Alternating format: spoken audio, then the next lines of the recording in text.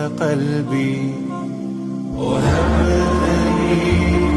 السلام علیکم ورحمۃ اللہ وبرکاتہ۔ امید کرتی ہوں کہ آپ سب صحت و ایمان و تقویٰ کی بہترین حالتوں میں موجود ہوں گے انشاءاللہ کریم۔ آج ہم سورۃ بقرہ کی آیت نمبر 9 اور 10 کا مطالعہ کریں گے۔ چلائیں اس میں دیکھتے ہیں اللہ تعالیٰ کیا فرما رہے ہیں۔ يخادعون الله والذين آمنوا وما يخدعون إلا أنفسهم وما يشعرون في قلوبهم مرض فزادهم الله مرضا ولهم عذاب أليم بما كانوا يكذبون۔ ترجمہ: وہ اللہ تعالیٰ کو اور ایمان والوں کو دھوکہ دیتے ہیں، لیکن دراصل وہ خود اپنے آپ کو دھوکہ دے رہے ہیں مگر سمجھتے نہیں۔ ان کے دلوں میں بیماری تھی، اللہ تعالیٰ نے انہیں بیماری میں مزید بھرا دیا اور ان کے لیے جھوٹ کی وجہ سے دردناک عذاب ہے۔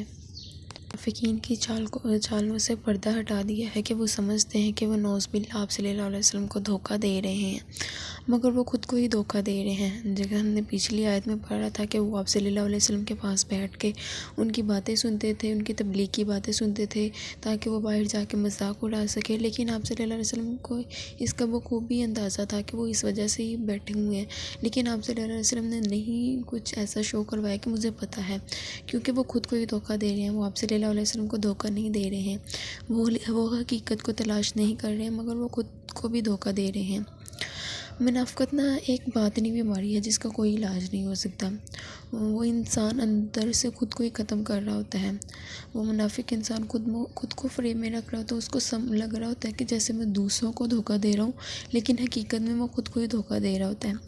جیسے جب انسان کو بخار ہوتا ہے تو وہ باہر سے نظر آ رہا ہوتا ہے، تو اس وجہ سے اس کا علاج بھی ہو جاتا ہے پراپر میڈیسن سے، لیکن جب انسان کے اندر بیماری ہوگی تو اس کا علاج نہیں ہو سکے گا۔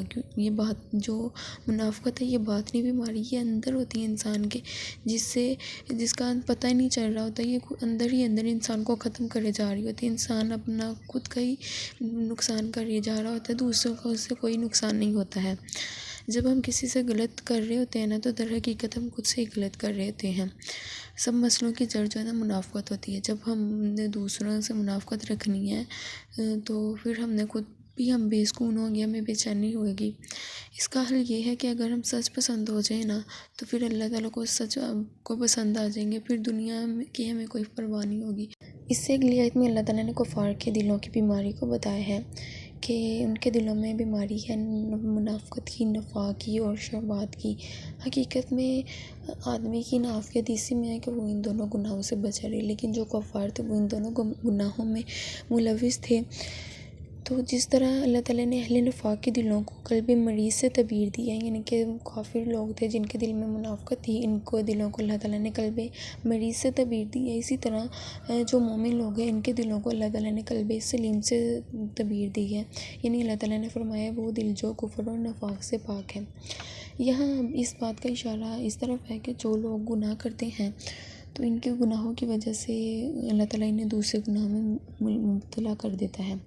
اللہ تعالیٰ نے فرمایا کہ جن کے دلوں میں گناہ کی گندگی ہوتی ہے تو اللہ تعالیٰ ان کے گناہ کو بھرا دیتا ہے، تو ان کے گناہ کی سزا میں ان سے دوسرا گناہ ہو جاتا ہے۔ جیسے نیکی کا ثواب میں دوسری نیکی ہوتی ہے، اسی طرح گناہ کی سزا میں دوسرا گناہ ہو جاتا ہے۔ اللہ تعالیٰ نے فرمایا اہل ہدایت کے لیے اللہ کی مزید ہدایت ہے۔ ہم اس آیت میں مرض کا ذکر ہوئے، اگر باطنی امراض یعنی عقیدے کی خرابی، حسد، تکبر، ریاکاری ان کی مزید اصلاح نہ کی جائے تو وہ بیماری بڑھ جاتی ہے۔ مطلب اگر ہمیں کوئی بیماری ہے تو ہم اس کی میڈیسن نہ لیں، ہم اس کا علاج نہ کروائیں تو وہ بیماری بڑھتی ہمیں ٹل دا اینڈ ڈیتھ کی طرف لے جاتی ہے۔ تو اسی طرح یہ منافقت بھی یہی بیماری ہے، جھوٹ بھی یہی بیماری ہے کہ اگر ہم ان سے بچیں گے نا، ہم ان کا علاج نہ کریں گے تو یہ بھی ہمیں موت کی طرف لے جائے گی۔ اب کافروں کو جھوٹ بولنے کی ان کی منافقت کی وجہ یہ تھی کہ زیادہ تر انبیاء جو تھے نا وہ حضرت موسیٰ علیہ السلام کی قوم سے، مطلب حضرت یعقوب علیہ السلام کی قوم سے آئے تھے، وہ یہود تھے۔ تو ان کا کہنا تھا کہ باقی سارے انبیاء تو ادھر سے آئے ہیں، تو آپ صلی اللہ علیہ وسلم بنو ہاشم کی قوم سے آئے تھے، تو وہ اس وجہ سے حسد کرتے تھے کہ باقی سارے انبیاء تو ہماری طرف سے آئے ہیں، تو ہمیں ان کی پیروی کرنی ہے، تو ہم بنی ہاشم سے نبی کی کیوں پیروی کریں؟ یہی حسد کی وجہ سے وہ نفاق کرنے لگے، وہ منافقت کرنے لگے۔ وہ نفاق، جھوٹ سے بڑھ کر کوئی نفاق نہیں ہے۔ جب بندہ بار بار جھوٹ بولتا ہے نا تو اس کے دل پہ سیاہ دھبا لگ جاتا ہے اور اس کے دل پہ مہر لگ جاتی ہے کہ اب اس کے دل میں کوئی بھی ہدایت کی بات نہیں آ سکتی۔ کفار کا بھی یہی حال تھا۔ آپ صلی اللہ علیہ وسلم نے ان کو بہت دین کی تبلیغ دی تھی، لیکن وہ ان کے دل میں تو مہر لگی ہوئی تھی نا۔ جب بندہ بار بار جھوٹ بولتا ہے نا تو اس کا نام نا اللہ تعالیٰ کے ہاں جھوٹا لکھ دیا جاتا ہے۔ تو جب بھی اس کا نام پکارا جائے گا نا عرش پہ تو جھوٹا اس کے نام کے ساتھ ٹیگ لگا ہوگا۔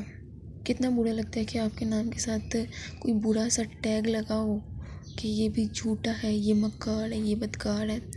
تو اگر ہم چاہتے ہیں نا کہ ہمارے نام کے ساتھ کوئی ایسا برا ٹیگ نہ لگے، ہم قیامت والے دن اللہ تعالیٰ کے سامنے سرخرو ہو سکیں، تو اس سب کا حل یہی ہے کہ ہمیں نا اپنے دلوں سے ہی منافقت کی، جھوٹ کی بیماریوں کو دور کرنا ہوگا، ہمیں جھوٹ سے بچنا ہوگا۔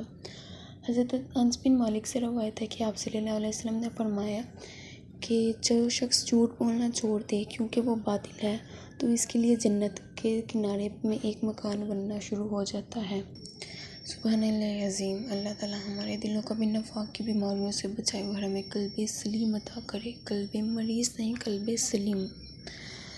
تو اللہ تعالیٰ سے دعا ہے کہ اللہ تعالیٰ ہم سب کو منافقت سے بچائے، ہم سب کو دین کی راہ پر چلنے کی توفیق دے اور ہمیں استقامت دے دین پر، ہمارے دلوں کو قرآن کی روشنی سے منور کر دے۔ امید کرتی ہوں کہ آپ کو آج کا سمجھ آ گیا ہوگا۔ اگر کوئی چیز سمجھ نہ آئے کرے تو آپ مجھ سے ضرور پوچھ سکتے ہیں۔ انشاءاللہ کریم اگلی آیت کے ساتھ پھر حاضر ہوں گی۔ تب تک کے لیے اللہ حافظ۔ اپنی دعا میں بہت زیادہ یاد رکھیے گا۔